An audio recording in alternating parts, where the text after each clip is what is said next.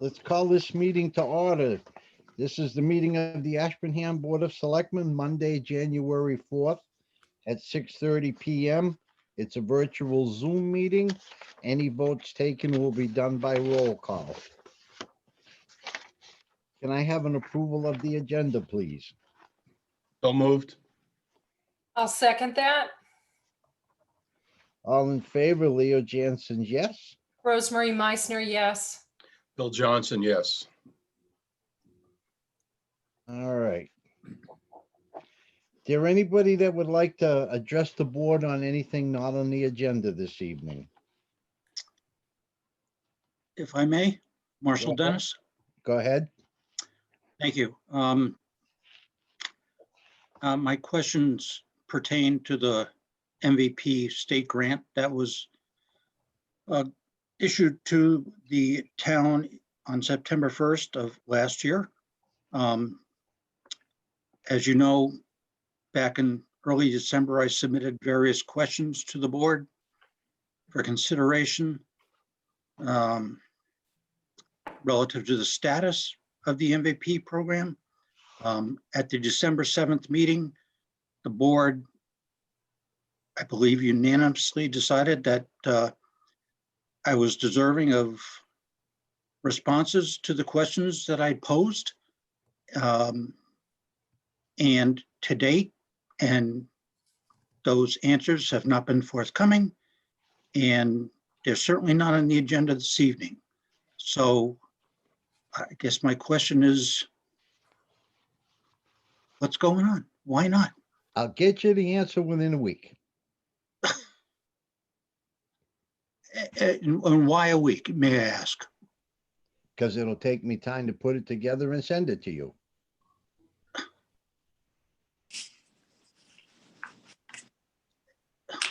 Didn't we answer those questions already? No, Yeah, we we- answered none of the questions.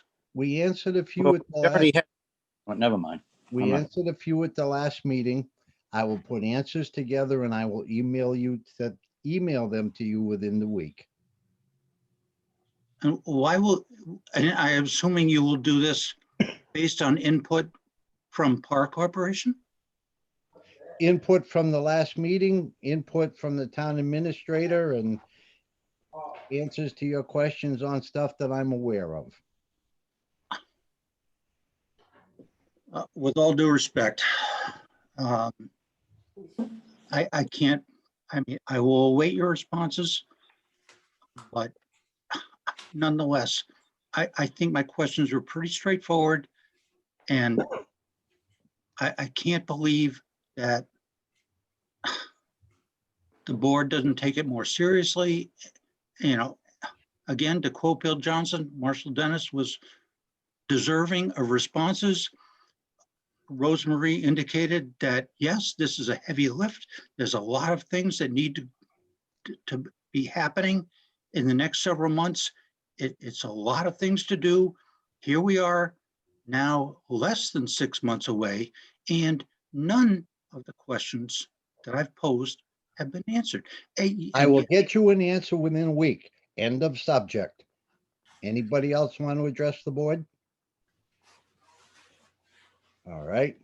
Now we'll go to the town administrator's update. Thank you. So a couple things.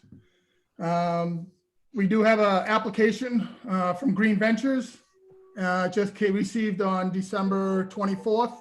So we'll be having a marijuana review team meeting shortly to address their application. Another note, unfortunately, COVID cases continue to climb in town. We're now in the red, and each week it seems to be more and more. So very concerning there that we're heading upwards, trending upwards with cases in town. The last thing, there was a Water Sewer Commission meeting last week, and they increased the rates for water 16%. The last increase was in 2017. For the most part, the average rate for the bulk of the townspeople will be $4.21 or less. Fitchburg Water is $4.20, and Winchendon's water is $5.63. So we're still lower than pretty much every community around us. And the board voted to leave the sewer rates the same, and they're not moving on those. And that's it for administrative reports. Any questions on that? I had a quick question, Brian. Are we going to be including a letter in the bills explaining the increase? Or is it just going to go out with, hey, they'll see their bills and be shocked that they've increased? Because they're pretty high. I mean, I'm on town water and sewer, and it's because of the sewer component. We all know that. But Well, this isn't the sewer part of it. The sewer I rates know. remain the same. I know, but even any increase or tick up is going to be noticed. And I'm Sure, just well, wondering if we include just a slip of paper, is that doable or no? I'm not sure what they've done in the past. I can look into see what they've done in the past and how they've addressed it. But again, Winchendon's $5.63, Fitchburg's $4.20, Townsend is $4.32 to $5.36, Gardner is $6.50. So, we're, the bulk of our people, almost everybody, unless you're using, 4,500 cubic feet or better, are going to be $4.21 or less.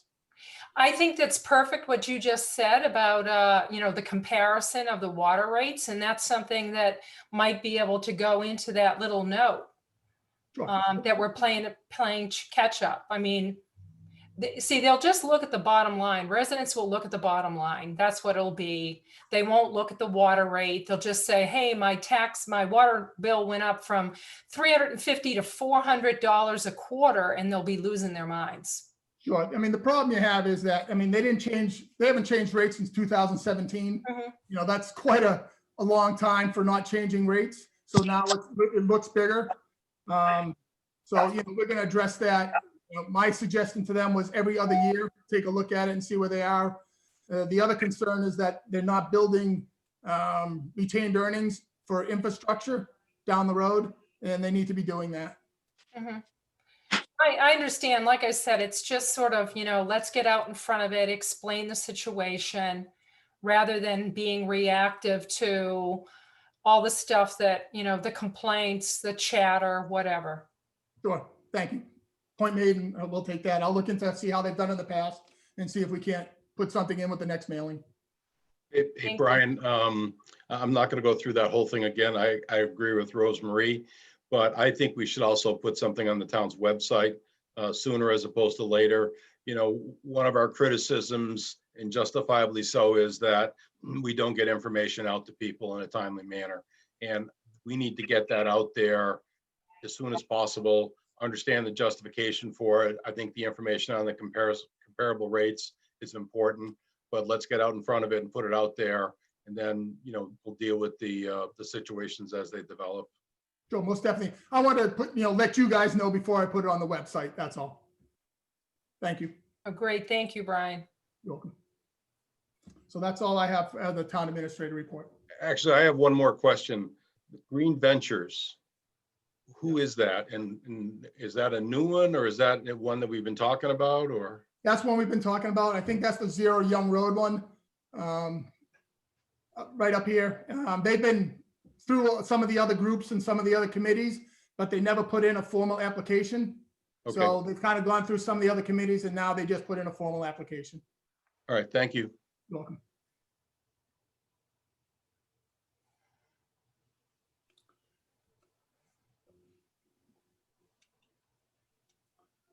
Leo, you're on mute. Okay, now we're going to go to pending grant update. We'll start with the complete streets plan, the beta final plan. So thank you. So I'll let Steve and Bill kind of take that one, please. Did I get promoted? Sorry, Bill McGrath. Sorry, Bill McGrath. Sorry about that. I can jump in if you'd like, Steve and Mr. Chairman. So I think at the last meeting, we presented essentially what was our final plan.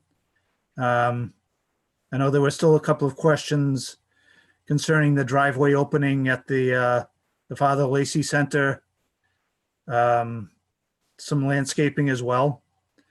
And I believe, Steve, you've talked to somebody about the Father Lacey Center and the parking. And they're very concerned about losing any of the parking, particularly their accessible spaces in front. That is correct. So I think at the last meeting, we had narrowed the driveway opening about another 10 feet. And it is going to be a sidewalk going across the driveway opening. So it will look like a continuous concrete sidewalk. So let me jump in because I was the one that has the problem with it. Yep. I have photographs, multiple photographs of the behavior of how they park in front of Father Lacey Hall, and they park right where the sidewalk's going to be. So they're not pulling their cars head in all the time. They're actually parking right in front of Father Lacey Hall, blocking the doorway. So that's my concern, that this big opening is just going to turn into, we're going to pull over, park all the way over on top of the sidewalk in what the curb cut area. And they're going to be on the sidewalk. They already park on what will be the sidewalk. So, I was thinking a lot about it, and I'm wondering, Bill, whether or not one thing that can happen is the one handicap parking space that is next to the handicap ramp, that's a pull-in with one curb cut. Then we have a sidewalk that goes all the way down to the rectory driveway. And those spaces are accessed through the rectory driveway, because that's what they do now, except for those individuals who park right out, not in the hashed parking spaces. They park beyond the parking spaces on the street, going in both directions.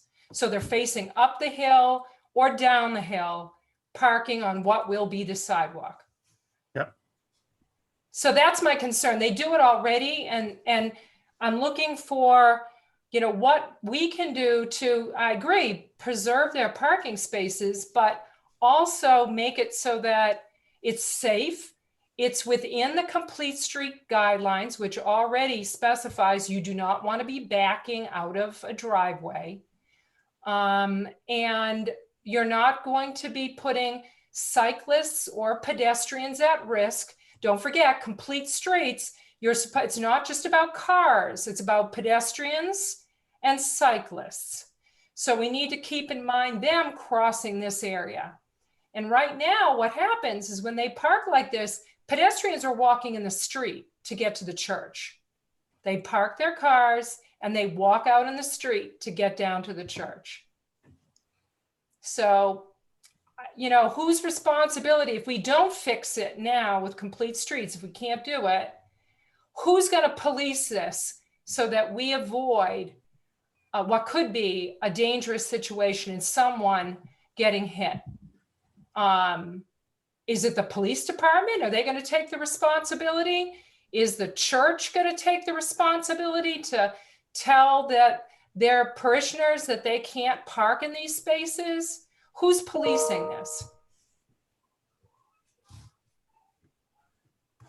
Well, I think the point is well taken, and we can look a little closer. My only hesitation with trying to separate there's two handicap spots there now in front of the building, and then the other parking for the rectory. My only hesitation in trying to separate those is that we create too small of an island, if you will, in the parking lot, which becomes an impediment in and of itself. That's Well, my Bill, what I'm saying is we preserve the one closest to the ramp, and then they could have 5 handicap parking spaces along where they're currently parking. The angled parking, all of those could be handicapped. And they enter and exit through the rectory parking lot, because that's what they have to do because it's angled parking. They Right. have to back into the rectory driveway. They're angled in, they do this weird little turn and then they pull out, or they back right out into the street, one or the other. It's not ideal. It's not ideal at all. So, I mean, it's a difficult situation and I'm mindful of that and I'm sympathetic to it. But we also have individuals who will be relying upon walking on a sidewalk while all those cars are coming out on a Sunday morning or Saturday afternoon. Well, I think if we can eliminate one of the accessible spaces from where they are, then maybe we can provide some kind of a separation of the two driveways. So how they park now, Bill, is they don't back in or drive into the handicap accessible spot that's to the left of the doorway. They use that as an angled space. So they drive right in as an angled space like that. They don't pull in straight Yeah. like you do on the one by the ramp. Yeah, and I think that's probably the church's enforcement issue. Right. If they're allowing people to park in a handicap spot that shouldn't be parking in the handicap spot. Well, I don't know if they're handicapped or not. All I'm saying is that they don't park head in. Yeah, So everyone lines up in angled parking to the left of the doorway of Father Lacey Hall. Some of them parked all the way to the street in the angled Okay. parking. okay, And then the other one, they park head in by the ramp. But I'll be honest with you, very rarely do I see anybody using that head in one by the ramp. yeah. Well, we can certainly lay something out. We do want to get this out to bid. It won't take us long to lay something out. Again, I'm just, my only concern is the impact to the Father Lacey Center and making sure they're in the loop if we are going to do something like that. Correct. No, I agree. I'm a big proponent. I think that we should reach out to individuals who are going to be impacted. So I agree completely with that, Bill. And I know it's not your responsibility to do it. I don't know whose responsibility it is, but I do think that we need to be mindful that it's not just about cars. It's about pedestrians and cyclists who are using it. That's the intent of Complete Streets. Yep. And Complete Streets design plans frown upon backing out into traffic. And that particular stretch of Main Street is dicey. It's a blind corner. You're coming down a hill or going up a hill, and there's speed involved. Yeah, no question. I agree with you. Complete Street certainly is not about vehicles, but about all the users. Like I say, we want to be cautious of the impacts to the property and cautious that we don't create a situation that exacerbates what's happening there now. That's all. Correct. And you're right. If they have enough handicapped people and they want to make that exclusively for handicapped people, 5 spaces along that side, right? And they police it, then they'll have plenty of handicap spots. But what's actually is happening is people who are not handicapped are parking there. Yeah. All right. Well, like I say, we can lay something out that basically eliminates that one handicap space and see how it looks. So, Well, it's not eliminate. They need to reassign. I should right. eliminate it in that location. Right. They reassign the handicap spots. Yeah.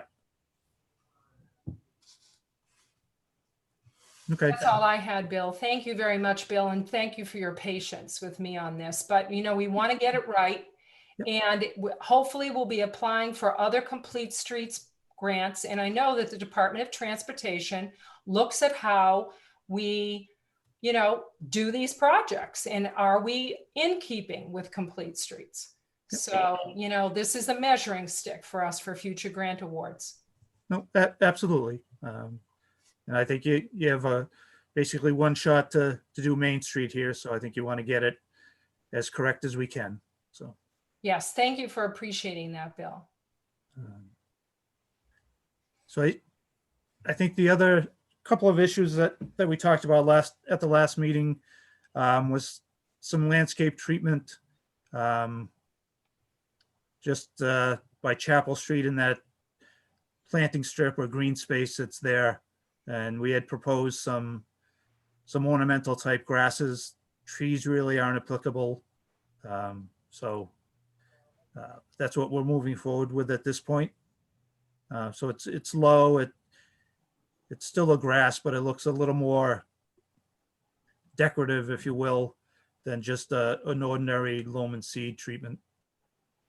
Is it a bioswale, Bill? Is it going to be something that will be able to take the runoff coming down Main Street, or is that going to be solved through the new drainage that might be put in? So that will be addressed by the adjustments to the drainage system. Okay, thank you.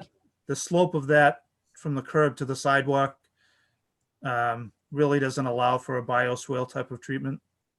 Yeah, no, I didn't know what it was. All I know is it's a ditch where there's no grass. It's filled with rock and water runs down it when it's heavy rain.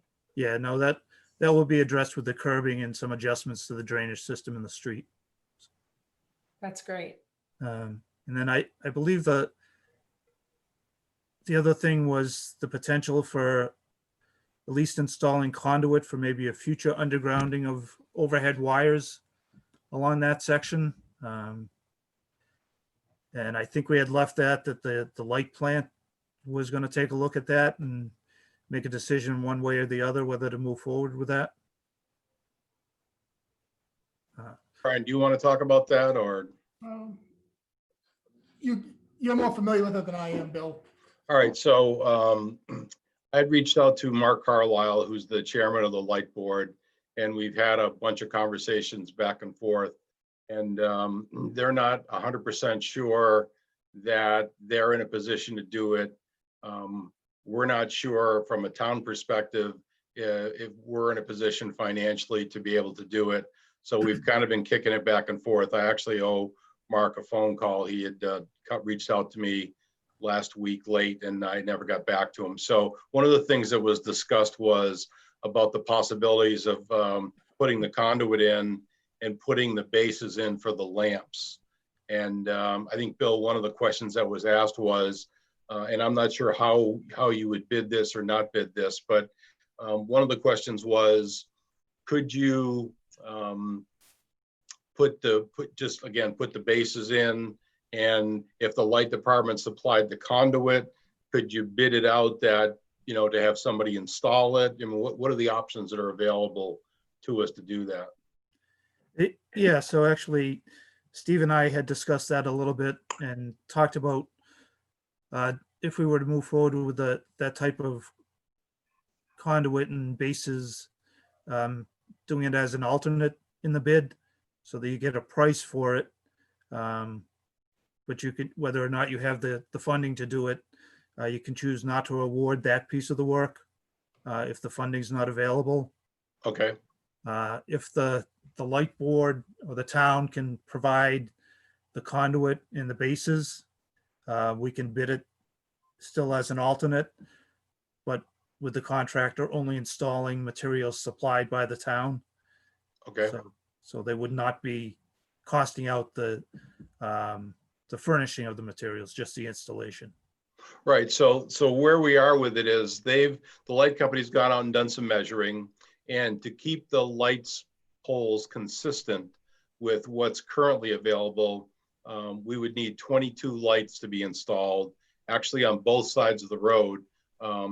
Again, I'm pretty sure that we're not going to get the poles removed and the stuff buried because the time constraints won't allow it. Verizon and some other folks need months and months and sometimes years of notice to try to make that happen. But the thought is that if we could get the conduit in there and get the bases, and I'll be frank with you, I don't know what that means, get the bases. I don't know if it's the actual base to the light or if it's just putting the foundation in, the footing, if you will, to attach them. I'm not quite sure what that is. I'm outside my area of expertise now. So if we could get that prepped and ready to go, then at some point in time, if we can get the things buried, it's just a matter of removing the poles and pulling the lines. And because Lord knows we are not going to dig those things up after the fact to bury that. That would just be a crazy thing to do. So. Yeah. So my only caution to that in regard to the light bases, because I believe what they're probably talking about is the foundation and maybe the bolt circle, the bolts to attach the actual light pole to the foundation. If you install that with the anchor bolts and they're there for a long time, Mhm. they're Yeah. probably going to get damaged. They're certainly going to be somewhat unsightly because of the bolts and part of the base extend above the ground. So, you know, if it was a matter of months, I think it's one thing. If it's a matter of potentially years or never, I think you should give some consideration to whether you want those out there for that long a period. So, All right. So what do you need for information from the light company? Do you need to talk to them? Does Steve need to talk to them? Who needs to do the next step? Because I'm really sure it's not me. I can certainly reach out to them. You know, the information we would need is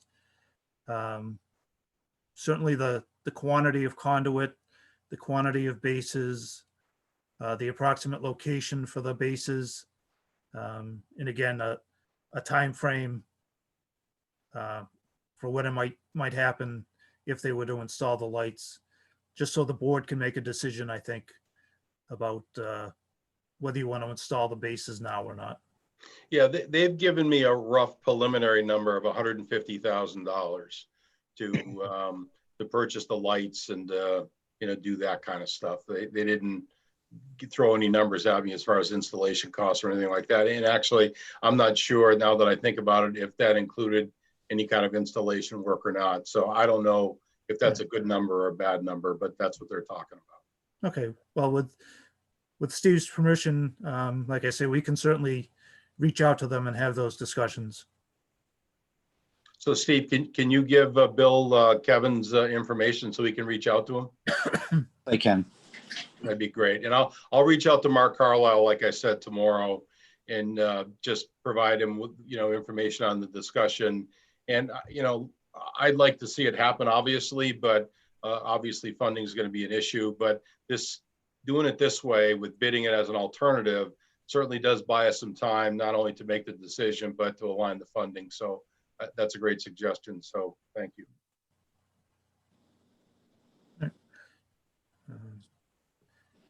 So, you know, I think we're in a position, we're just wrapping up the final contract documents. We'll have to decide on a bid date, you know, a bid opening date, but the goal is still to be ready first thing in the spring so that the contractor has this on their radar as their first project, and it gets done.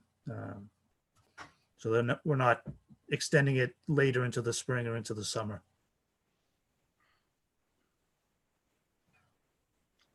So I think that's all that I had. I don't know, Steve, if you had anything to add or if there's any other questions from the board. No, the only thing is I'm going to reiterate, it needs to get out and so it can get bid. And by putting that alternative in there, the person that is awarded the contract, if the town so chooses to go with that alternative bid, that it would be the contractor that did all the work. So that's how that typically works. Right. We're not going to get a separate contractor. It'd be the person that got the bid. Right. So we would then know a cost, because the sooner we do it, the earlier we know a cost of what it is actually going to entail, whether the light company's buying it or an overall cost. So I think we need to get it out there and get this price. The indication I got from Mark was that the light company would purchase the conduit and the lights and do all that kind of stuff. So I don't think we're going to have to, worry about doing the specs on that. I think they've got all that information. It's all ready to go. I'm sure they have the installation specs and things like that. So it's not going to be a big reach for them to get that information to Bill, so he can just start planning on it and do it as a an alternate bid. Like you said, we'll get the same, it'll be the same contractor and we'll go from there. Yeah, just to clarify as well with Steve, when we say alternate bid, it's within the same bid package. It's just the contractor is just bidding on an alternate piece of the work. As Steve said, it's not a separate contract or a separate contractor. It's all within the same contract. Oh, understood. So basically, he says, if I do this part of the project, it's this cost. If I do this additional work, it's that cost, to break it down simple. Correct. Yep. Okay. Anybody else? Yes, if I may, Marshall Dennis. Okay. Go ahead. Have the presence of wetland resources relative to the design been investigated? Yep. So if I might, Mr. Chairman, Yep. Yes, we did a screening of resources that might be within 100 feet of the project and didn't find any. So we don't believe we need to go to conservation for any approvals. And what about the presence of riverfront areas? 200 feet of a perennial stream? Yeah, we screen for all that permitting and don't believe we have any obligations or requirements to go to conservation. I will say that you are potentially incorrect based on previous applications by Cushing Academy for the same area. So I advise you that the best course of action would be to delineate the wetland resources proximate to the roadway in the vicinity of Cushing Academy and School Street, and that you submit an abbreviated notice of resource area delineation to the commission for confirmation. Assuming we agree, and in fact you are correct, there is no jurisdiction, then so be it. But again, absent that action, I think that the jurisdiction of the commission is suspect and needs to be proven that in fact you're not subject to the commission's jurisdiction. We'll discuss it with Steve and DPW about any resource areas that potentially might fall in your jurisdiction, and if we need to, we'll follow that course of action. I'm just saying that as part of the bid package, it needs to be made clear to the bidders that they do or do not have to, go through this process. Yep. Including, if I may, compliance with the stormwater management standards. Yep.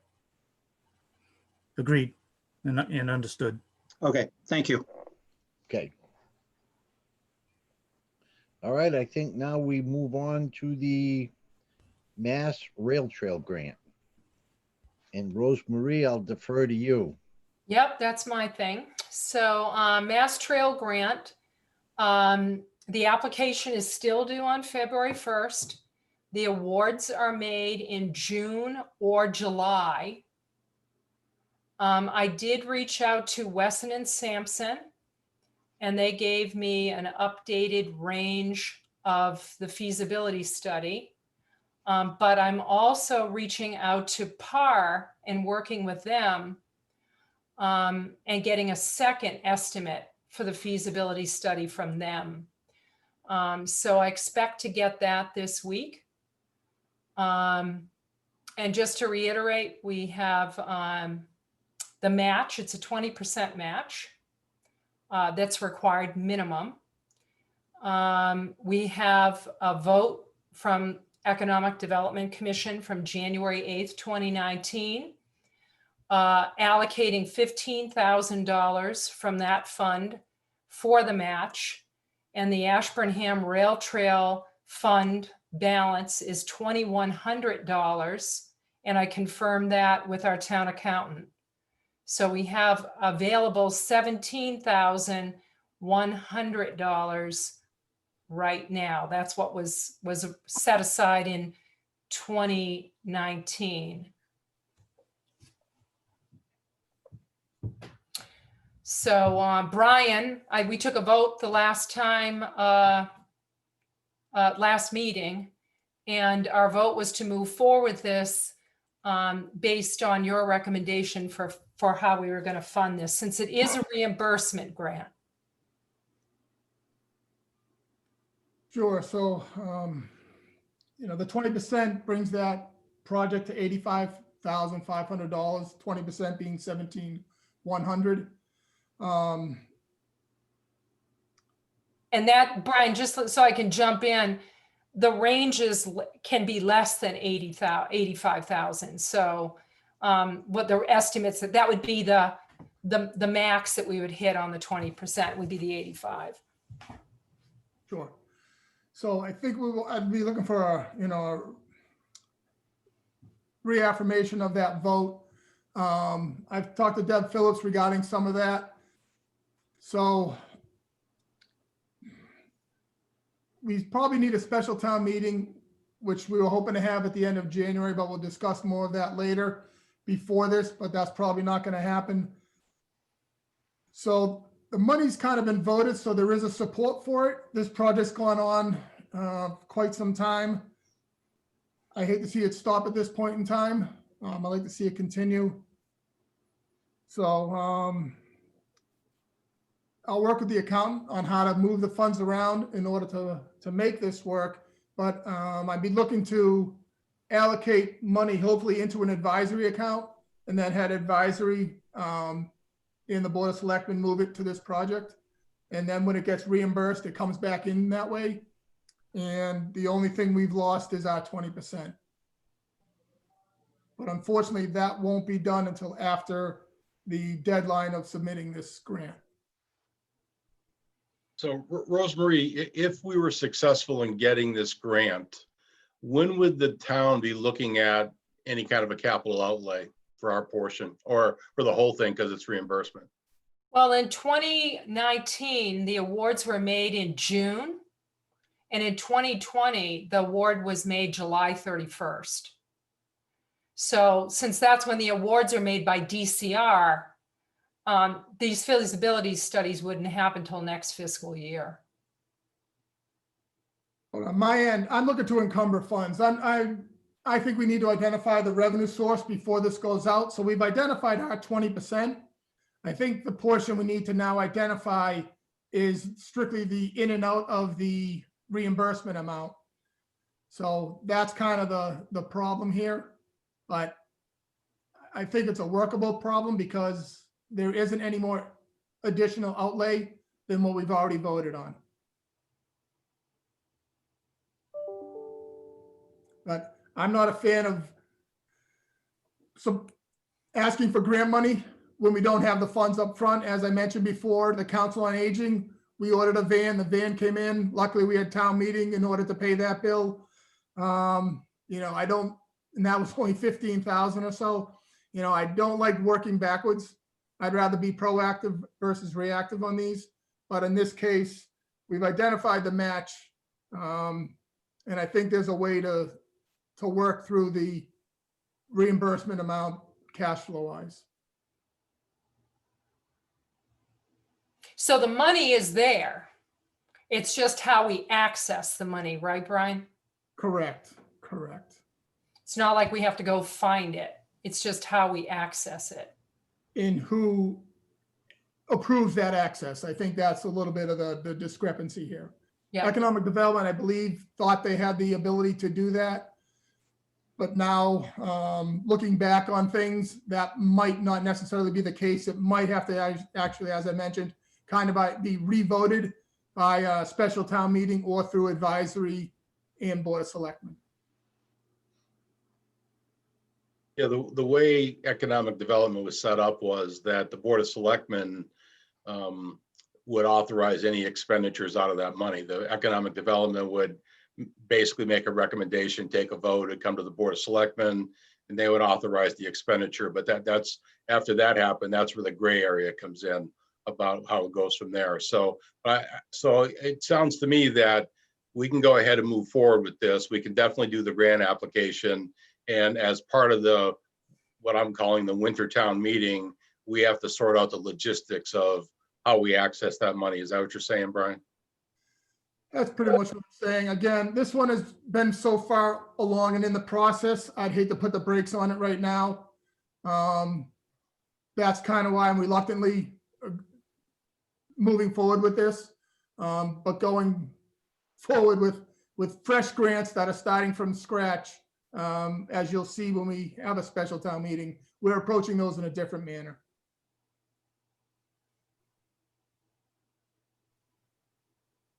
So do we need to take any additional action on this tonight? Rosemary, am I correct? You voted to approve it last time with the understanding we can find funding. Correct. So I think we're just being open on how the funding source is going to be. You're going to be seeing articles that are going to address some of this funding going forward. So at this point tonight, we should be okay. Correct. All right. So then we'll move on next to the shared winter streets additional application. So I'll take that one, Leo. So as everyone's aware, going back a few weeks ago now, we had made a grant application to the Shared Winter Streets and Spaces Program, which is a program that's put together by the Department of Transportation, the Commonwealth. We were not successful in our grant application. So you're allowed to apply for 2 grants. You are not allowed to duplicate the first grant application if you're unsuccessful. So we're looking at the prospects of, do we want to make another application? I saw it just earlier today where an additional, I know in central Massachusetts, 4 grants have been awarded on the second round of funding. I know Leominster got one and a couple other communities got one. So what we need to talk about tonight is, do we want to file a second application? And if we do, what are we going to apply for? I think the next application deadline is February 3rd, but don't quote me on that. There's 2 more rounds. So that's what we're talking about. One of the things, the last one we asked for was a pretty big number. So if you go to the complete streets information that was provided by that committee, there's 17 projects that were identified there as potential for complete streets, which is where we pulled the first application from. So the item ranked number 7 on there is a Williams Road from South Main Street to Center Street, the prospect of putting in some bike lanes, and I don't think it involves any sidewalks. I think it's primarily bike lanes, and the total estimated cost on the project is around $28,000. So is that something that we're interested in doing? Is that a project that you think we should consider, or does somebody have another recommendation of what they'd like to see? And in this grant, there is no match, there's no upfront obligation for the town, there's no reimbursement. It's just a straight out award. And if you are given an award, you've got to get it completed primarily in the springtime. So that's where we're at. Rosemary?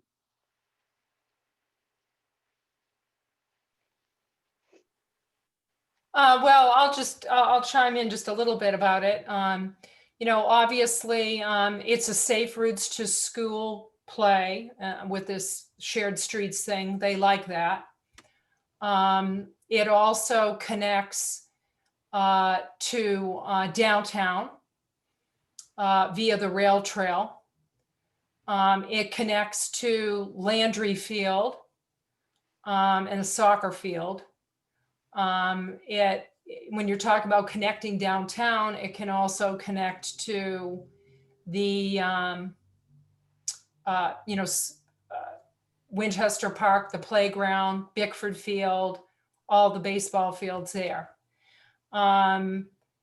If you're thinking about, well, the bike lane then can potentially connect up Turnpike Road because, the rail trail doesn't go over the ravine, but Turnpike Road and Central Street is where the multi-use bike ped path is going to be on the 101 TIP project that's scheduled to go forward in fiscal 25. So it is, it does work into a little transportation network here, right? Whether it be for students, whether it be for, residents, and also a identified bike route is South Ashburnham Road to Williams Road from the Wachusett commuter rail station. The MBTA was allowing bikes on for free on the commuter rail on the weekend, and individuals were getting off their bikes, coming up and entering Ashburnham through South Ashburnham Road. So that would help, attract people as well with the bike lane. So I'm not opposed to it all. I mean, I think it makes sense. And it's a lower number, as you pointed out, Bill, 28,000 versus, pushing 200,000. So maybe would be more successful in getting that. It'd be nice if we could continue to do some stuff downtown, but I don't know whether or not any of the projects that we could easily attach to our complete street program would fulfill the requirements and the suggested eligibility for the shared streets and spaces program. Yeah, that's one of the challenges of it. There are specific things that they're trying to accomplish with these grants, and you have to touch a lot of bases. And I think we had a good application the first go around that touched all those bases. So anything we do after that is probably going to touch fewer bases. So I was pretty optimistic, honestly, about the first one. When we didn't get it, I was pretty disappointed about that. I'm not overly enthusiastic about round two, if you will. I think we fall off quite a bit on what we could be able to do, but I still think that we should make an effort to apply, and I'll do it. I'm not asking anybody else to do it. So I just want to make sure that the board's on board with it. I have one other thought, Bill. Do you think that, I'm not 100% familiar with the eligibility requirements, but are there any extra type things that we could add to the Complete Streets program that would might be, a good idea and maybe not go after Williams Road? I mean, it would be things like lighting. I don't know how much of the lighting could be paid for, if any. Benches or trash cans or signage, or they're big into place making and wayfinding. I don't know I didn't really study what the awards were for the first round. Yeah, one of the things, I mean, there's some criteria that we can't qualify for. Like if you're an economic justice community, you get extra points for doing that. And there was a significant number of the first round of awards that went to, communities that qualified under that designation. I was thinking about the lights as well. Would we, should we go and make an application to try to get some of the lights that go with that Complete Streets project to finish that off? We could cobble those numbers together if we thought that was a possibility. And that certainly would play into a lot of criteria that we've already done. However, but it wouldn't be the same project. It would be adjacent to it, but maybe that's a play to try to, because lighting is something that they will consider. I mean, do we have lighting that goes up to Pleasant Street? On that side? Or No, does, the lighting, the decorative lights don't go up that far. so Complete Streets goes in front of Village Pizza, right? It does. So, and there's no decorative lights there. Maybe we could add those. That would be a possibility. Because the lights that we were talking about were from Pleasant Street up to the area of the schoolboy statute, and then on the other side of the road, where that Complete Streets project is. I'm just wondering if we can make that into, because it's all about downtown revitalization, right? And can we make the case that adding lighting would assist our downtown businesses? And how far does the lighting go up on the other side? It goes up to Cushing Street. The decorative lighting? Yeah, well, no, Currently. no, I think it, I'm not sure if it ends at Creative Connections or not. I don't think, I'm not sure. I don't think. I don't know if it's worth, is it worth, we won't have the sidewalks in, obviously, but is it worth starting to install those for the future? Install what? The decorative The lights? lights, yeah. Well, yeah, no, if down where we had proposed that, there are already some existing lights there in front of the Zena block. There's 3 lights there that actually the town does not own. But if I remember correctly, the first draft of the Complete Streets project didn't go down as far as the medical arts building. I think it stopped prior to that, but I know it's been included in the final draft, so that's good. So we could, you could take those 22 lights and either space them out differently, or you could not have them go up as far as a schoolboy statute. There's some options there if we think we want to, again, it's a bigger number, but that may in fact be more impactful to us on a positive side versus the bike paths down Williams.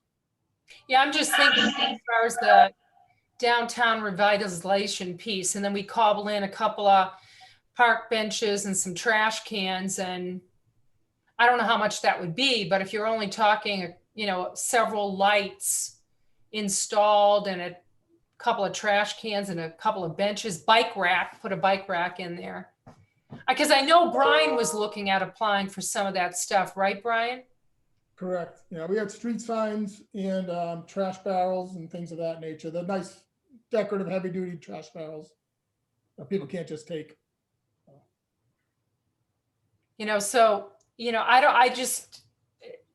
It's a thought. Then that way there, Brian, we can only do one more, right?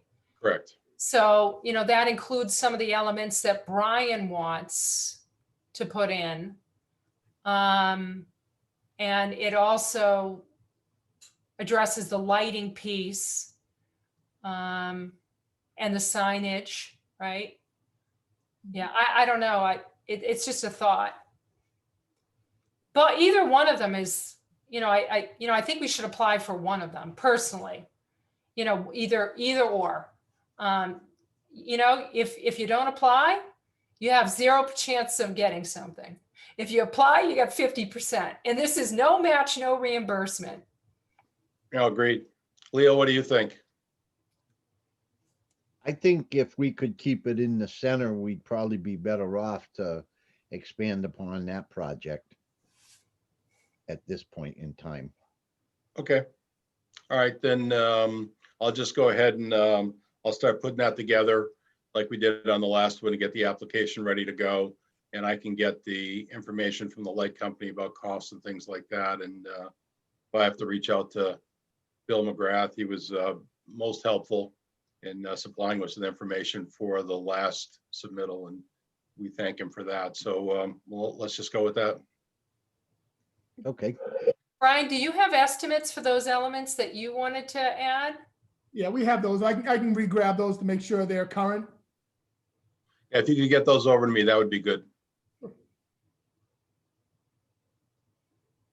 all right, next under pending grants. It just came up over the weekend, the DLTA grant. And I don't have a whole lot of information on it. Do you, Rosemarie? Well, Roger's on board here, so he can certainly jump in.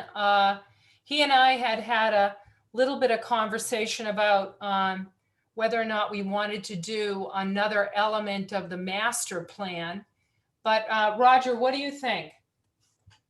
Well, I just heard back from John over the weekend that they are getting funding for it, and very shortly they'll be sending out the application packet. First round due February 1st. So that's why I was hoping we'd have some discussion between boards and committees about what we wanted to apply for, because we'll need to get that in for February 1st. It's not a lot of work to write the application. It's just a matter of deciding what we want to do. And our conversation about, well, maybe a master plan. I don't know if other boards, committees have something in mind. But where we're starting the bylaw review committee, there may be some things we could do now, but we don't want to be doing anything that could be impacted by future committee decisions. Yeah, Roger and I had a little email exchange and just looked at, what we don't have done in the master plan yet. And we don't have the chapter that looks at our cultural resources or our facilities. And those are things that really wouldn't be impacted by bylaw. But then again, by the bylaw review committee findings. But land use, I don't know whether or not that might actually be helpful. Roger, what do you think? Oh, I think it might be. There's things that we've had in the past, studies and recommendations that at some point we should either consider implementing some of them. But I think, yeah, that would probably be a good topic to have done if it's a major part of the master plan. I think we should go for something but that's fairly large for services. Right. So when I just very quickly, what we don't have done, we're completing housing, and we have our open space, and we're updating that as part of MVP. We've done economic development. We have not completed cultural resources or community services and facilities. Circulation as traffic will be something that will be addressed in some part by the mass development grants. So I don't think we want to touch that right now.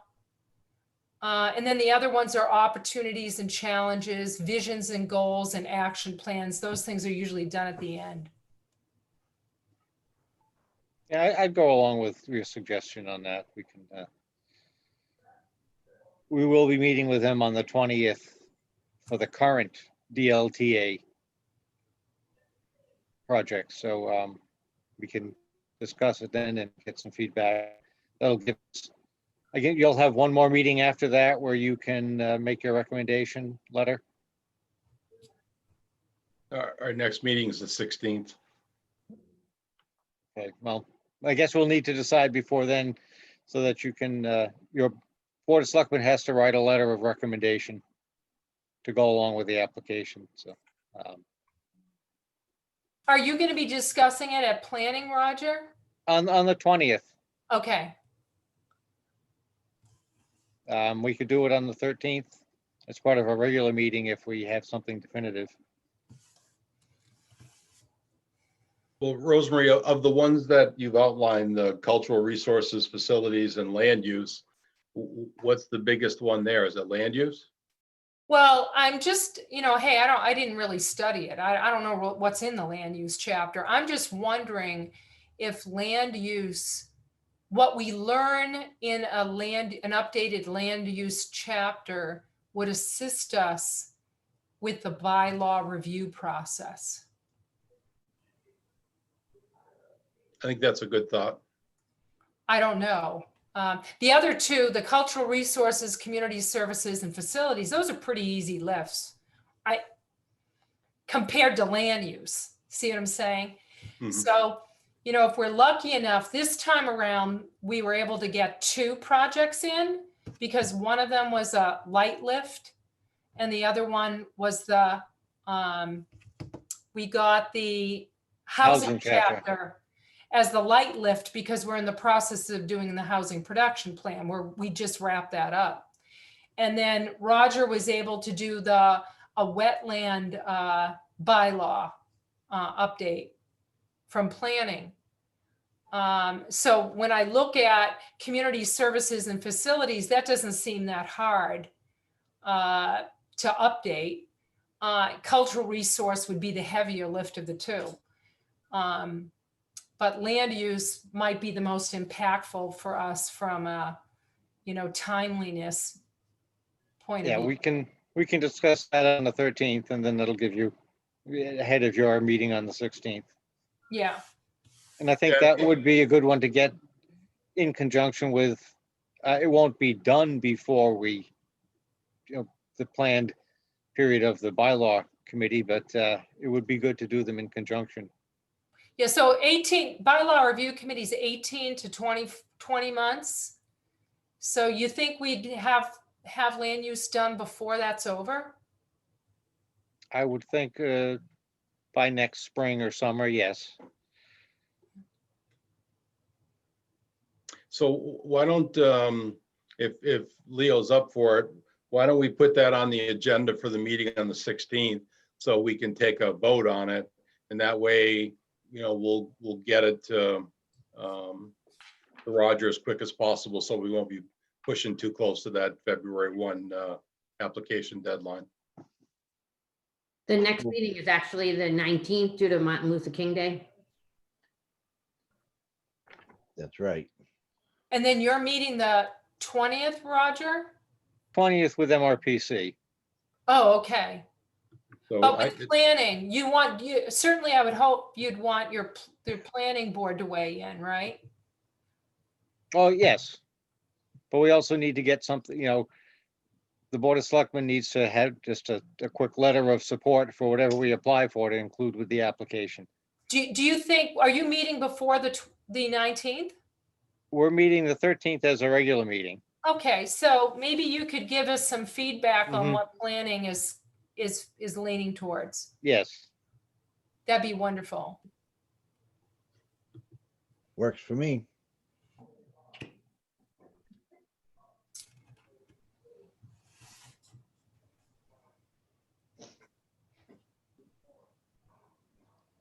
Are we good? Sounds like a plan. Well, thank you, Roger. You're welcome. And Mary, if you can put the DLTA grant discussion on for the 19th. Will do. All right, next we go on to the special town meeting warrant articles. Brian, I'm going to start with you. I know we've got some changes going on. Sure, thank you, Chairman. I'd like to, unfortunately, I asked for a recommendation from the Board of Health regarding having an in-person meeting with all the COVID issues that are going on and requirements, and their recommendation was to postpone it if possible. I went through the warrant articles. There's nothing immediately pending that needs to be done by the end of January. So at this point in time, I'm looking to postpone that and hopefully have it in 30 days or so later on near the end of February. So again, I think let's move this warrant article to the next meeting. And hopefully we can have them on there with a firm date of when it'll be.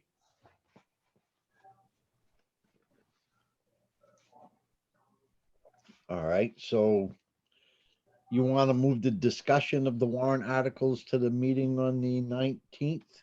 That is correct. Okay, Thank you. Do we need to vote on that, board, or just put it on the next agenda? I'm good with it. Okay. Mary, would you put it up for the next agenda, please? Will do. All right. Now we move on to water quality issue complaints on Proctor Street. Brian, I know you've had something to do with this, and I know Steve has. So Brian, I'm gonna start with you. Okay. So it was brought to my attention that there were some issues on Proctor Street regarding water quality. I did speak with Steve and Randy regarding how can we alleviate the problem down there. And our suggestion or the discussion was regarding the hydrant and taking a reading on the hydrant and flushing it periodically.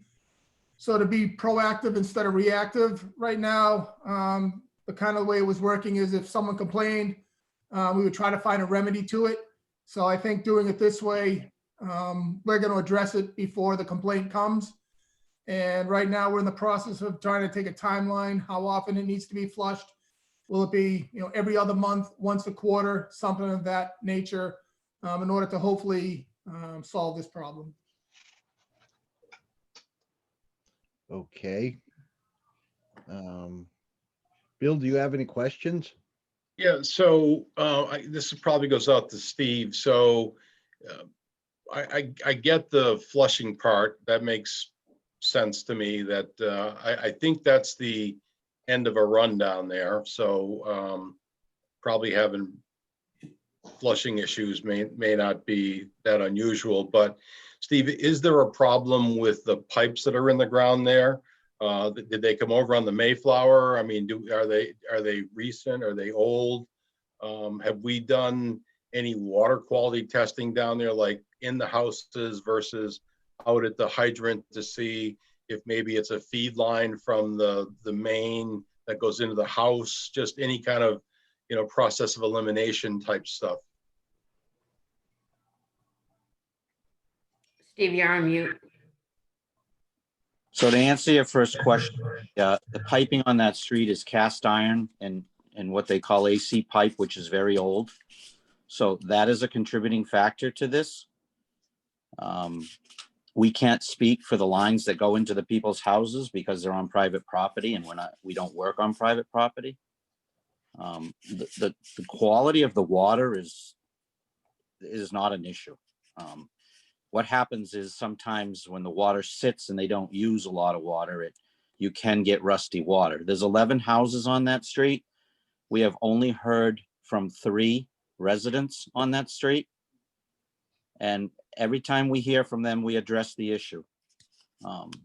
So you basically have 2 choices. You can change out the piping, which would be in the vicinity of $500,000 to $750,000. Or we can address these issues when they come before us, or as Brian says, we've come up with a plan where we will flush the hydrants more and get that water moving more regularly than it does. So if you are a family of, say, 1 or 2, you're not probably using a lot of water. So that can sometimes be a contributing factor. Although we don't, it is mostly the piping that is in the street. We're aware that needs to be changed, but we're also aware of the cost. So Steve, are there any grant opportunities out there with the feds or any of those other organizations that may help us, get a timeline as to try to repair this? No, the only grants, I mean, we had a grant back for Page Ave way back when, and people were charged a betterment charge for that whole project in there. So I don't imagine 11 people are going to be interested in paying a betterment charge on this project, because it would be astronomical for them. Again, we've only heard from 3 people out of 11. So, and we haven't heard from anybody since September directly to us. I know they go on the social media, but we don't work off of social media. No, I understand, but at the end of the day, we know the problem exists.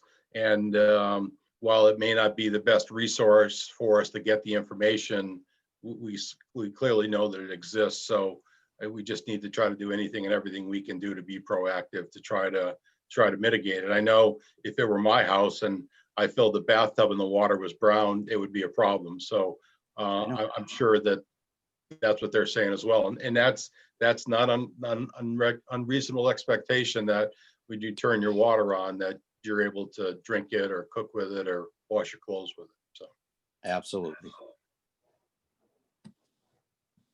So the plan is we're going to start flushing the hydrant up there on a more frequent basis. Is that what we're saying? Yeah, that's correct. And when are you going to start that? When are you going to do it the first time? Do we know Well, yet? We don't really flush hydrants in winter. That is not the time to do it. We'll do it. We'll start in April. I would say in March. If the weather cooperates, we can start in March, but it's not really. Again, nobody has contacted this office since September, so. I'm No, a little- I I'm a little got that. disturbed by somebody on social media that's how we're going to operate up, but that's a different issue. Nobody is So right contacted. now, we have a problem, Steve, and we've addressed it, and we're gonna try to see when we can flush that as soon as we possibly can, Bill. But again, winter may cause a problem in there, but we'll discuss that internally as we go forward. Okay, thank you. You're welcome. All right. Now we'll be moving on to the Board of Selectmen task list. There's a good time for you, Leo, right there. I sent the updated task list out to everybody, I think sometime in the last few days. So I don't know if anybody's got a chance to look at it. I changed the format a little bit so that we have a section now on completed tasks. And is there anything else we want to add to it? I don't expect that we're going to go through this thing top to bottom every time we take a look at it, but are there things that we need to add on there? I know there's a few things that will probably get updated here based on conversations we've had tonight and some upcoming things we know about, but that's the most recent list that I have. I just had a quick question on the first thing on the list, the bylaw review committee. Do we have a full committee yet? Did we get a Board of Health and ZBA rep yet? I have not heard from ZBA, which is my committee. Matter of fact, Mary, I need you to resend me Dave's phone number because I don't know what I did with it. So if you could email that to me tomorrow, I'm going to reach out to Dave Perry on zoning. I did just hear from Dave Perry this morning. He's been having internet issues at his home, and he did reach out to his committee. No one volunteered, so he said he would volunteer for the bylaw committee. Perfect. Okay. And Board of Health? I believe it was Glenn. He was checking with the other ones. They have a meeting tomorrow night, so I can certainly double check with them tomorrow night. Glenn had asked, and I had passed it on to you guys. It's an 18-month commitment approximately. And the question was, how many meetings are expected within that 18 months? 47. That's what you're planning to attend. No, well, at least from my perspective, because I think I'm probably on there. The idea from my point of view is to get with everybody and talk about that, what we think we need to do, what the expectation is. I mean, no matter what we do, there's going to be a bunch of meetings, and that's why it's going to take us as long as it's going to take. I think there'll be some independent work we can do out on our own on particular areas, things like that. But it's a heavy lift. There's no question about it. But I haven't even really given much thought to what the schedule would look like. Okay. So Mary, if he asks you that question, I'll tell him it's a heavy lift. okay. Well, and you know, the COVID-19 issues, you know, obviously, if we were going to be getting together, that would be a significant problem. But essentially, the meeting is going to be on Zoom.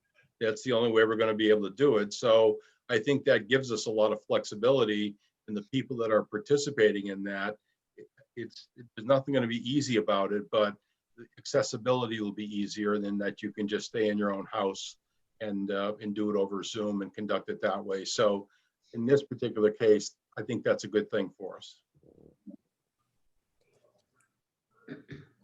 Agreed. So is there anything that, anything else we want to put on the task list? Let me look. I had I'm looking at this because I'm looking at Bob Plant's name on my Zoom and realizing that we don't have a permanent fire chief. And this is a Brian question. Do we have to put on the task list search committees?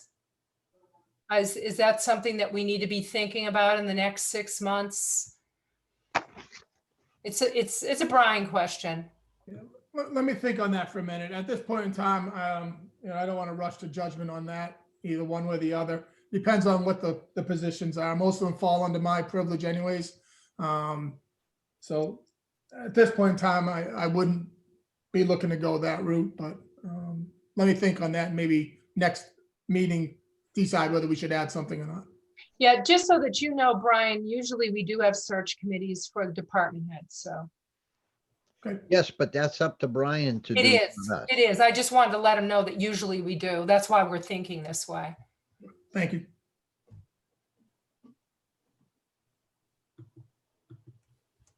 right, The other thing, just quickly, Bill, well, to everybody, since Marshall was here earlier talking about MVP, on the task list, we have the MVP Planning Committee.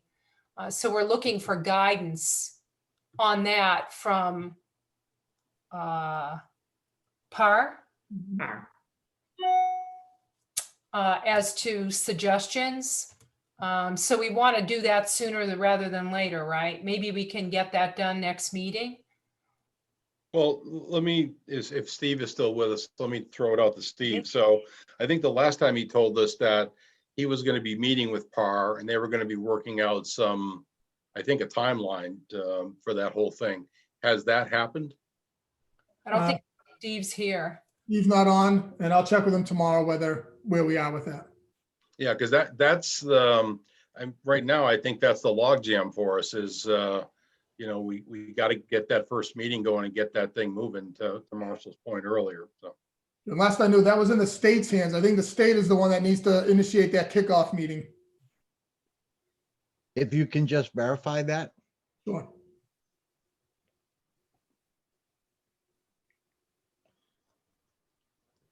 All right, shall we move on to policy review?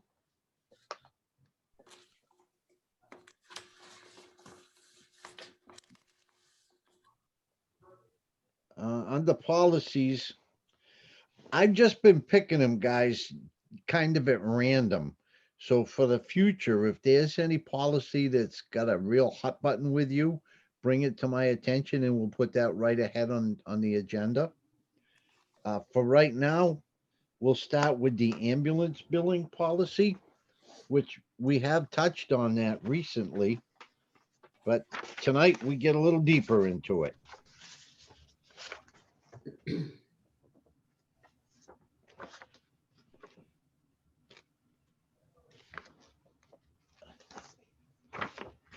And it gets lengthy.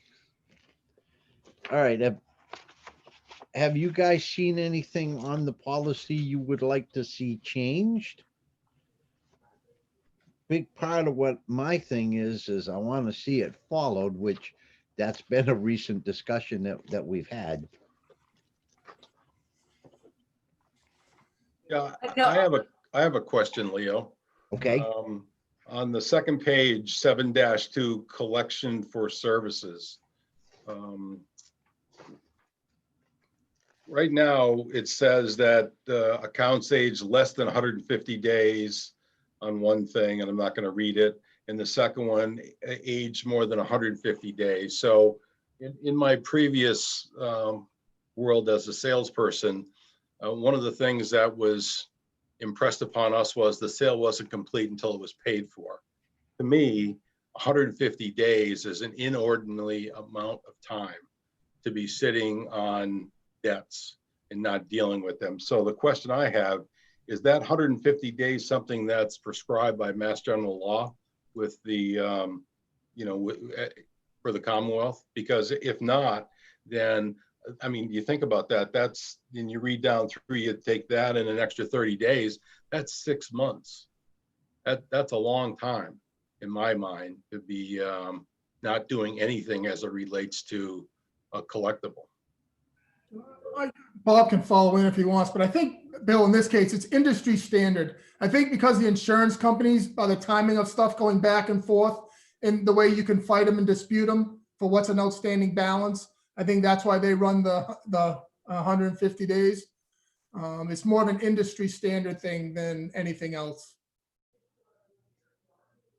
Are Yeah, you if I'm not- correct, Bob, or you want to add to that? Yeah, if I'm not mistaken, this is more or less a boilerplate from First Financial. We used to be contracted with that did the collections. I mean, we added our own, made it our own, but I think you're right, it is industry standard. To give people a chance to pay. Some of them are quite large. So it's between the insurance companies and getting the billing actually out to the people, it eats up that time pretty quick.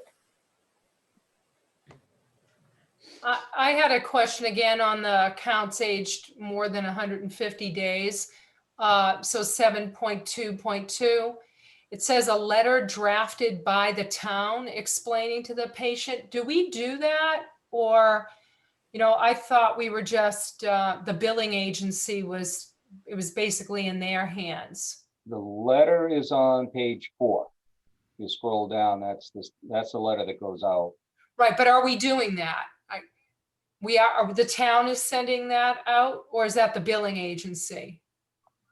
This, actually, the billing agency takes care of all of this. Once they go over, it goes to, we used to have First Financial for collections. Right. At some point, a few years ago, we stopped using them. I suggest we start using them again. This is basically the package that they have that goes out to the customer. So my suggestion would be under 7.2.2, where it says a letter drafted by the town and sent out by the billing agency. I just wanted to make sure that the billing agency is responsible for that it's not the town that's sending that out. Just make it clear. You could put the town or their representative, something like that, or their designated person. Well, the drafted part we've already done. It's on there. Right. But I think we just need to make clear who's responsible for sending out the letter.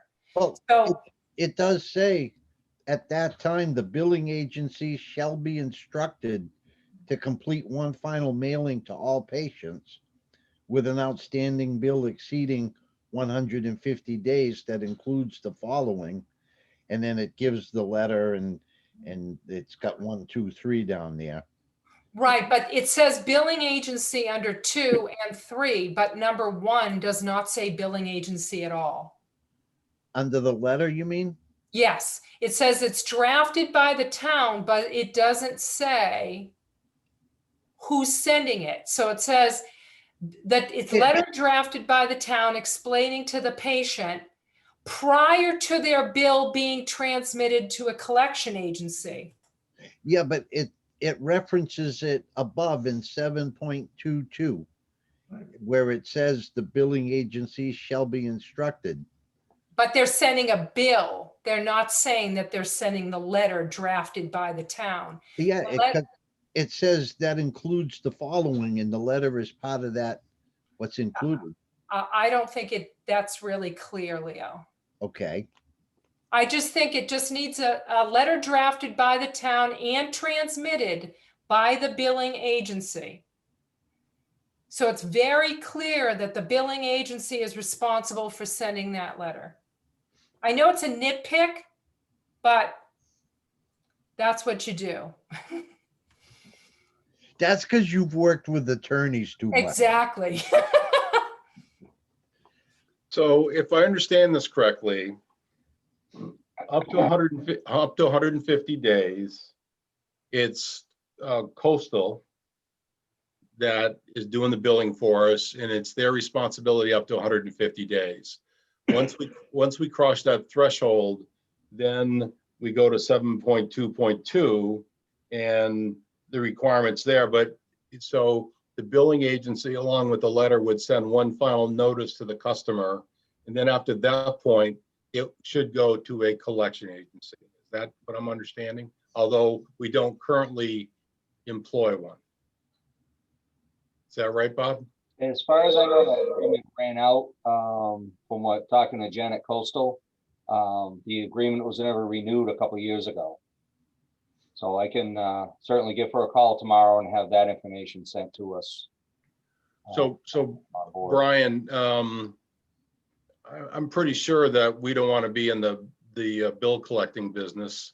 So would be something you would recommend, that we reestablish a relationship with somebody that a collection agency that would handle this on our behalf? Yes, we've talked about this, Bob and myself and Coastal. We've gotten together regarding the best solution to move these forward. We can only work them so long. The thing of the collection agency is they will mark you and your credit history will be reported if you don't pay the bills. Well, there are options, for hardship filings and things like that. So as is always the case, there needs to be personal responsibility for these things. So if you have a financial hardship, then there's avenues available for you to apply for relief. If you just do nothing, then I can't help you with that. Then whatever happens, happens. Yeah, I'm not saying I'm against it. I'm just saying, that's the consequence of what you have. As I mentioned before, I think a couple meetings ago, that some communities don't send, the people in town to collection agencies. They work them inside, but everyone who's out of town, they submit. But, I don't really have a problem. I've done collections for a lot of years, hardship cases, whatever the case, as a treasure collector, you work agreements with people. I'm not against that for, local people. But definitely we need to start collecting the bills that are out there for sure. So just a couple things on that. So again, there are other provisions in there for write-offs and things like that. There's a 3-step process in there. So remedies are available, but people need to reach out. We can't reach out and force them to do it. But my thought is that under 7.2.2 item 1, where the letter is, if we've got Coastal that's doing the billing, then they have all the information. So we should have them send the letter on the town's behalf. It shouldn't have to be something where we would say to them, you need to do this. It should be part of the procedure and the protocol that when you get to that point, they would include that letter that would go out with the final bill. And that way we don't have to touch it. Agreed. Yeah, and they do send it out. My point was, I just want to make it really clear in that letter part.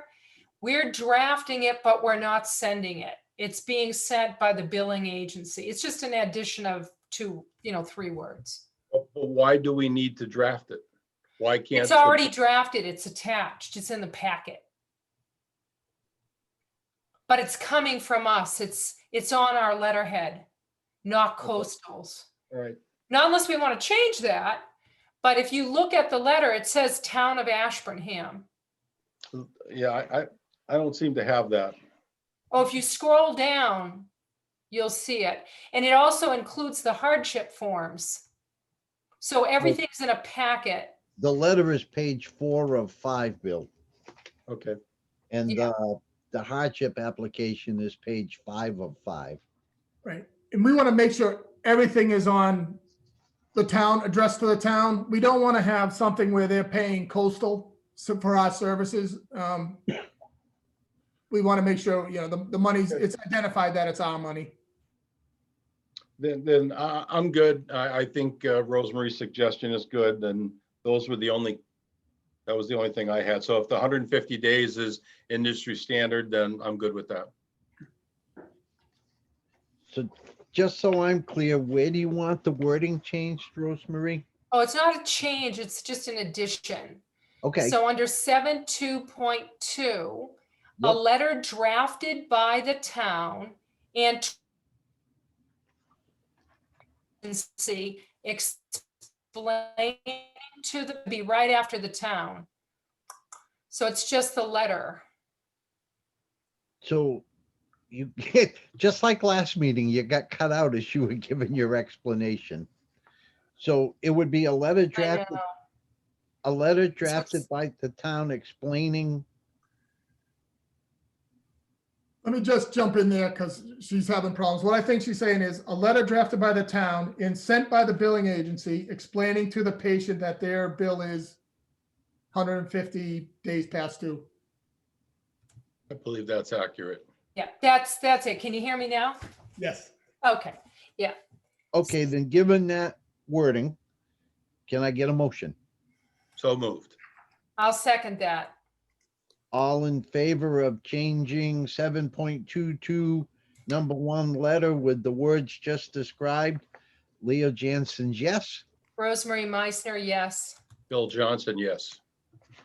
Okay.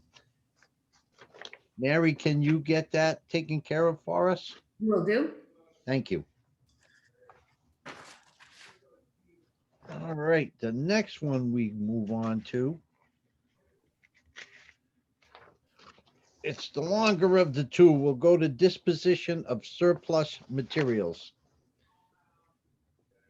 Brian, I'd like you to kind of weigh in on this because this kind of has a lot to do with your job. Sure. So I read through it. I'm okay with it. I didn't see any problem. The only thing I saw is on page 4, under method of disposition, they have sealed bids, public auction, but it doesn't mention online auctions or online options. But it necessarily doesn't have to be added there because on the bottom, as purchasing agent, it has a method used. I can put down there online auction under that method used. So, but why I bring that up, if I go back to page 3 of 4, they added a section 7.4 alternative methods for disposal. They added online auctions, but they never kind of carried it forward to the sheet. They did it on page 3, but they didn't carry that option to page 4. But other than that, I was fine with it. And then I'd just change it, Brian. Just add it. Yeah, that's fine. Added what, under 7.2.2? No, so it's all under those sections, but if you go to page 4 of 4, the method of disposition, it doesn't mention online auction. Yeah, okay. So we For just want to instance, add the that in council on there? aging- Yeah, the council on aging, the old van, we put on the auction site. Okay. That works for me, and I guess then basically we're just gonna vote to keep this policy as written. Well, if we're gonna, don't we want to add something, or am I misunderstanding? Well, basically, we're just adding what the policy already calls for.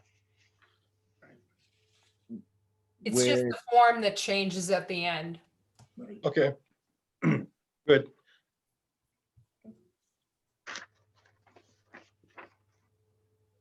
So we don't need a motion then. the only motion I think we'll need is to just accept the policy with no changes.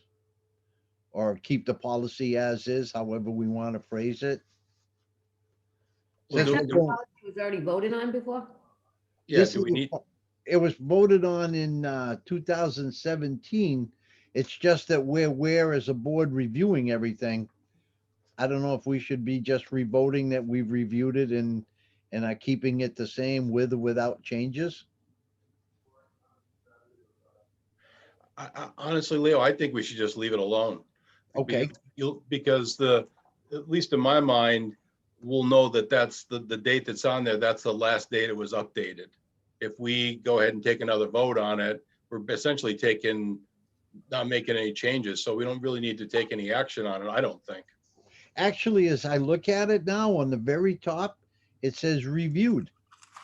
So I guess we can add today's date.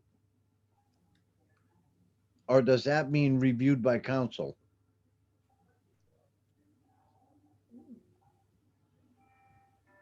Yeah, I mean, I would say, I guess we could put the date in there that we reviewed it. That way, if a board in the future is going through these things, they'll know what's been looked at and what hasn't. When I printed these out, the town seal is right in the middle of that whole deal. So it's kind of a mess, but, yeah, so then I'll give you a motion to leave the policy as is, and just, insert the reviewed date. Okay, So we're not going to change the form, or do we need to vote on it? Did the form's just an attachment to the policy? exactly. Okay, That's then my I'll take second anyway. that. Okay, all in favor, Leo Jansen's yes. Rosemary Meisner, yes. Bill Johnson, yes. Okay. The next one we have is longevity payments. And this has to do with our employees.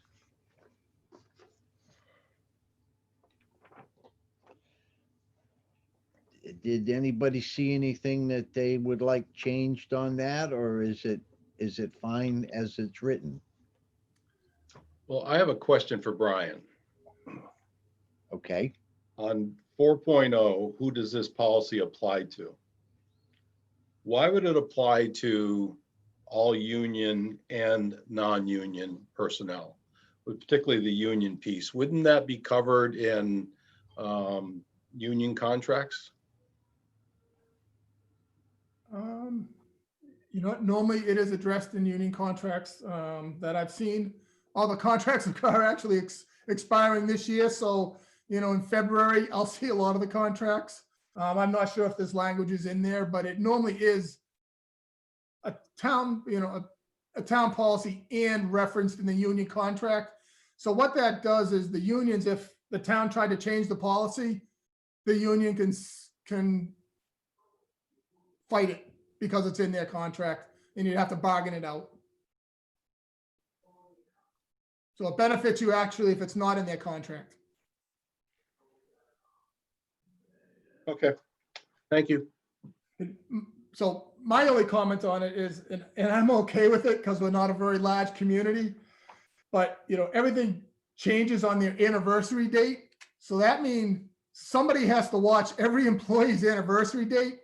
You know, how it's worked in the communities I've been in the past is after you hit your 5th year on X date, we'll say, you know, the first pay period of the 1st of January is when you'd get your longevity. But again, that's what I'm used to. I'm okay with this the way it is. I'm just bringing that up as a point of, if the town gets bigger and continues, we might want to look at all these contracts on how they work on anniversary dates versus a specific date. I mean, my comment would be if it's easier to change it now. Let me go through the contracts and negotiation part. Let me kind of get the feel in there. The problem I have with it is if it's on an anniversary date, who's responsible for making sure it's met? And if you don't meet it, are you now exposed to triple damages? Yeah, no, that was my thought. That's why I like to have specific dates in there. But again, we're pretty good here with who does what. We're not real large, but down the road, you know, we are leaving some exposure there. Well, doesn't the fact that this is a town bylaw also complicate that? Because it's not just changing a policy, which we could do. A bylaw's got to happen at town meeting, and I've got the bylaw in my hand, and it specifically references the employment anniversary date. I absolutely agree with everything you're saying, and we may be able to remedy it by simply saying that the next pay period after your anniversary date or some other annual date or something like that, but it's going to be a 2-step process for us. Sure, agreed. Let me tell you the truth, it's before Christmas, so everyone gets it like a Christmas bonus. That's kind of how it's paid out. And you know, that's kind of the deal. They look forward to it to buy their Christmas gifts or themselves a Christmas present. But again, we can look at that during the bylaw review committees at that point in time. Yeah, I would think that would be the right thing to do too, Leo, is to just pass over this policy for now, knowing that we'll have to deal with it in a bylaw. Because even if we changed it by the policy, you couldn't implement it because the bylaw says you can't, so. Yep, sounds good to me too. And that's gonna be one of the bylaws that our board does, as opposed to the zoning bylaws. Yeah, that's a general bylaw. Okay. Then from there, I just had a quick thing, Leo, on, it's not on the agenda, but I did send out on December 17th, the revised agenda policy. we're gonna cover that under other business. Okay, all right. Okay, Or we can put it off till next meeting. It doesn't matter. okay. Now we got approval of minutes from December 14th. Was everybody satisfied with the minutes as they were written? I have one correction. Okay, So if you look at the second page, talking about the Winchester Park Committee, on the end of the first line, Johnson stated he spoke to Elizabeth Branham, the chair, and discussed their previous meetings. I did not actually speak to her. That was a email exchange. So I just, again, for future reference, so we need to change that to references the fact that I did it on email versus speaking to her on the phone. I will make that change. okay. So if nobody else has anything else, then I would offer up a motion to approve the meeting minutes of Monday, December 14th as amended. I'll second that. All in favor? Leo Jansen's yes. Rosemary Meisner, yes. Bill Johnson, yes. Okay, now we come to other business. And under that, we have the agenda policy, which we hadn't voted on, but discussed at the last meeting. And we also have the posting of the paving plan. So we'll start with the agenda policy. Everybody got a chance to read it? Rosemary did, she sent it. How about you, Bill? Yeah, I did, and I'm fine with it. That the revisions that she's made there, so I'm good with it. And I'm good with it. So can I have a motion? I'd offer up a motion that the board accept the policy regarding selectmen's meeting agendas, version number 5. I'll second that. All in favor? Leo Jansen's yes. Rosemary Meisner, yes. Bill Johnson, yes. Mary, can you see that this updated version replaces the existing version? Yes, I will do that. Thank you. And now we've got the paving plan. It hasn't been posted on the website yet. So can we get that done this week? We can get that done this week, and we'll post it as is, and then we have to add a little revision for the state roads, but we can get that out there this week. Okay, Brian, I know you and I had spoken about this last week, so that's not a lengthy piece of information, is it? The 2 or 3 state roads that we have? I don't think it's that large. I'll check with Steve. I'm trying to get a few other things off my plate, but I'll check with him tomorrow. Well, We can have it ready by the end of the week. I mean, I'm not asking you to do the work. I can easily go in and update it and just do a new PDF. I don't want to make up the information because I may not be accurate. So if you can just have Steve email it to me, then I'll update the spreadsheet and convert the PDF, and I can get it over to you. Or if you want, just tell him I'm going to reach out to him and I can shoot him an email tomorrow and ask him for the information. No, I mentioned to him last week. I'll follow up with him and get that information. You'll get That'd it. be great. Thank Okay. Yeah, because I'd rather get it out there and not have to worry about going back and changing it. Sure. There's always going to be modifications to it, though. You know that. So No, absolutely. No, I mean, as far as getting it up there the first time, though, when I think Claire brought it up the last time, the state roads, I thought that was a good catch. And it only makes it a better document if we update it and get it as absolutely accurate as possible. Agreed. All right, now we move on to reminders. That's to you, Bill, and the special town meeting obviously has been changed. Right, so the next Board of Selectmen's meeting will be on Tuesday, January 19th, 2021 at 6:30 PM. And that will be another Zoom meeting. We'll get back to you a later date with updates on the date for the special town meeting. And back to you, Mr. Chairman. Okay, we're going to be going into executive session. We will only be coming out of executive session to adjourn. So executive session under Mass General Laws, Chapter 30A, Section 21A, number 2, to conduct strategy sessions in preparation for negotiations with non-union personnel. If an open meeting may have a detrimental effect on the government's bargaining or litigating position, and the chair so declares. And this is in reference to the town accountant contract. If you can just give me a moment to remove the participants. Okay, Do we need to get a motion to get into executive session? I believe we Yep. do. Yes. Yes, we do. So moved. All right, I'm filling out a certain I'll form. second that. Roll call vote.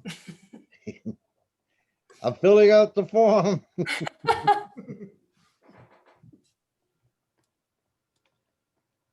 Okay, all in favor, Jansen's yay. Rosemary Meisner. Meissner, yes. Bill Johnson, yes. Okay, Okay, everybody's out.